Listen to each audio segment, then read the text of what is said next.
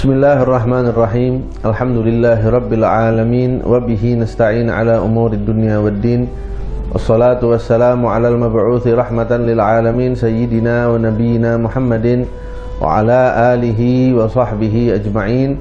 Rabbi shrah li sadri wa yassir li amri wahlul 'uqdatam min lisani yafqahu qawli wa saddid lisani wahdi qalbi bihaqqi sayyidina Muhammadin sallallahu alaihi wa alihi wasallam.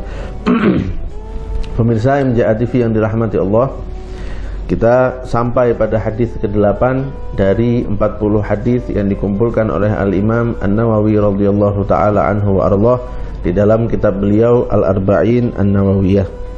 Dalam hadis yang ke-8 ini beliau menyebutkan an Ibnu Umar radhiyallahu taala anhuma anna Rasulullah sallallahu alaihi wa alihi wasallam qala umirtu an uqatilan nasa hatta yashhadu an la ilaha illallah wa anna muhammadan rasulullah wa yuqimus salah wa yu'tuz zakah fa idza fa'alu dhalika asamu minni dima'ahum wa amwalahum illa bihaqqil islami wa hisabuhum 'ala Allah ta'ala.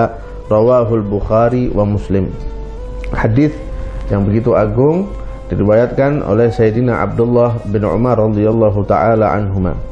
Di dalam hadis ini Rasulullah sallallahu alaihi wasallam bersabda, "Aku diperintahkan untuk memerangi manusia hingga mereka bersaksi bahwa tidak ada Tuhan selain Allah dan bahwa Nabi Muhammad sallallahu alaihi wasallam adalah utusan Allah, dan mereka mendirikan salat serta membayarkan zakat."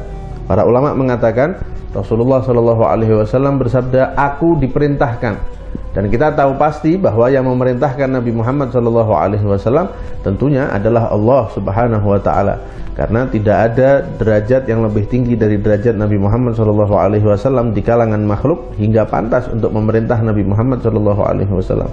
Tentunya beliau tidak menyebutkan siapa yang memerintahkan beliau. Beliau bersabda, "Aku diperintah." Siapa yang memerintah? Tentu kita sudah paham bahwa yang dimaksud adalah Allah Subhanahu wa taala.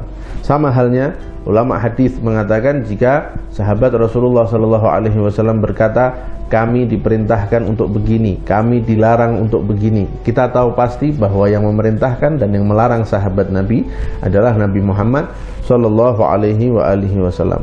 Apa perintah dari Allah untuk Nabi Muhammad? Beliau mengatakan an uqatilan nasa, untuk memerangi manusia.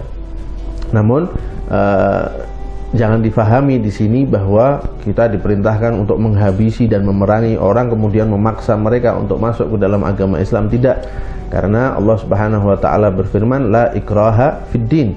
Tidak ada paksaan di dalam agama.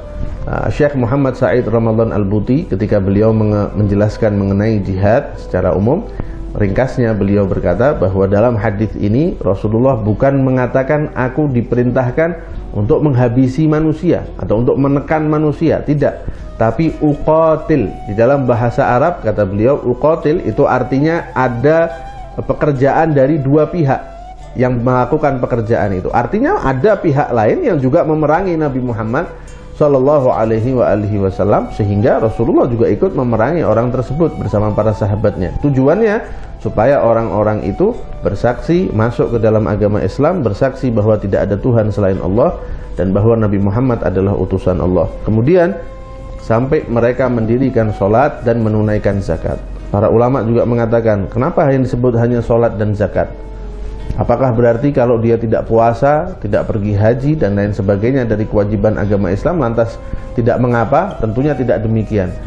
Demi menjaga agar hadis ini tidak begitu panjang atau ini termasuk jawami'ul kalim dari Nabi Muhammad SAW, maka beliau hanya menyebutkan dua hal itu. Dan kita selalu saksikan di dalam Al-Quran, sholat dan zakat atau dengan sedekah selalu bergandengan. Karena itu Nabi Muhammad di dalam hadis ini juga menggandengkan antara sholat dengan zakat.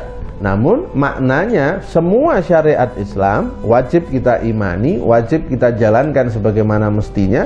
Dan jika ada orang yang mengingkari kewajiban-kewajiban dalam agama Islam atau tidak mengimani hal itu, meninggalkannya, maka akan ada konsekuensi hukum yang harus diterima oleh orang tersebut, yang penjelasan detailnya dapat kita temukan di dalam kitab-kitab fikih dan bukan ini tempat untuk menjelaskan itu secara lebih detailnya. Kemudian Rasulullah SAW melanjutkan sabdanya, fa idza fa'alu dzalika, jika mereka sudah melakukan itu semua, beriman kepada Allah, mendirikan sholat, membayarkan zakat, mengerjakan semua syariat Islam, asamu minni dima'ahum wa amwalahum, maka nyawa, jiwa, dan harta mereka terjaga. Tidak boleh ada satu orang pun yang kemudian membunuh orang lain tanpa alasan yang dibenarkan, atau merampas harta orang lain tanpa alasan yang dibenarkan, illa bihaqqil Islam, kecuali dengan cara, ajaran, aturan yang telah ditentukan oleh agama Islam. Orang yang meninggalkan sholat, maka ada hukumannya menurut agama Islam. Orang yang tidak mau membayarkan zakat, maka ada aturannya apa yang harus dilakukan di dalam syariat Islam untuk menghadapi orang-orang seperti itu. Kemudian di akhir hadis ini Rasulullah mengucapkan satu kalimat yang begitu indah, yang merupakan petunjuk bagi kita dalam menjalani kehidupan ini. Rasulullah bersabda, wa hisabuhum 'ala Allah, hisab mereka ada pada Allah Subhanahu wa ta'ala. Artinya Rasulullah mau mengajarkan kepada kita bahwa yang kita hukumi adalah apa yang tampak di hadapan kita. Isi hati seseorang, isi sanubari seseorang, kenyataan yang disembunyikan oleh orang itu sudah bukan ranah kita lagi untuk menghukumi orang dengan hal-hal itu.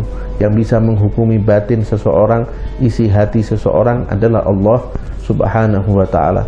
Kita dapat saksikan itu di dalam kehidupan Nabi Muhammad SAW. Beliau pernah bersabda, bisa jadi dua orang di antara kamu datang kepadaku mengadukan suatu masalah. Salah seorang di antara kamu lebih fasih dalam berbicara dan menyampaikan alasan, sehingga aku menghukumi kebenaran ada pada orang itu, dan aku tidak memenangkan orang yang lain.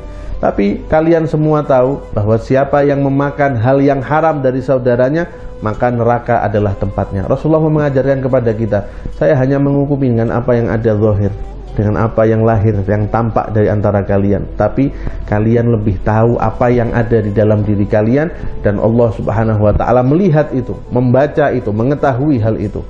Karena itu ada satu kaidah besar di dalam agama ini yang mengatakan, nahnu nahkum bidzawahir wallahu yatawallas sarair. Kami hanya menghukumi yang zahir, dan yang batin Allah Subhanahu wa ta'ala yang akan mengurus itu. Maka kita menghukumi orang-orang yang mengucapkan asyhadu an la ilaha illallah wa asyhadu anna muhammadar rasulullah, kita katakan dia orang muslim. Padahal bisa jadi dia masuk Islam karena ada tujuan tertentu. Bisa jadi itu hanya ucapan di lisannya, namun hatinya tidak beriman kepada Allah. Tapi kita tidak punya urusan dengan hati seseorang. Ketika dia mengucapkan kalimat syahadat, kita katakan ini orang muslim, kita perlakukan dia sebagai orang Islam. Sebagaimana halnya orang munafik yang di zaman Rasulullah SAW. Orang munafik adalah orang yang menampakkan keislaman namun menyembunyikan kekufuran. Apakah Nabi SAW memperlakukan mereka seperti orang kafir? Tidak sama sekali. Rasulullah SAW memperlakukan mereka sebagai orang Islam. Meninggal disolatkan oleh Rasulullah, dikuburkan oleh Rasulullah, dan lain sebagainya sebagaimana orang Islam pada umumnya. Begitu juga kita hukumi orang secara zahir, dan kita tidak punya urusan dengan apa yang ada di dalam isi hati orang tersebut. Jangan bersangka buruk dengan orang. Ketika kita melihat orang berbuat kebaikan, tugas kita memuji orang tersebut, mendoakan orang tersebut dengan agar kebaikannya ditambah oleh Allah Subhanahu wa ta'ala, diberikan taufik lebih oleh Allah Subhanahu wa ta'ala, dijauhkan dia dari sifat riya. Itu tugas kita. Bukan ketika kita melihat orang melakukan kebaikan lantas kita berkata, ini orang riya, ini orang ujub, ini orang hanya cari penilaian baik dari orang lain. Wallahu yatawallas sarair. Allah yang maha tahu apa yang ada dalam isi hati orang tersebut. Wa hisabuhum 'ala Allah. Allah yang menghisap orang tersebut, yang menghitung amal dia terkait dengan apa yang dia sembunyikan di dalam hatinya. Karena itu, mari kita tebarkan sangka baik kepada orang dan bersihkan hati kita. Jadikan kita beramal dengan penuh keikhlasan, karena Allah maha melihat apa yang ada di dalam hati kita, dan serahkan apa yang ada di dalam hati orang lain kepada Allah Subhanahu wa ta'ala. Wallahu a'lam. Assalamualaikum warahmatullahi wabarakatuh.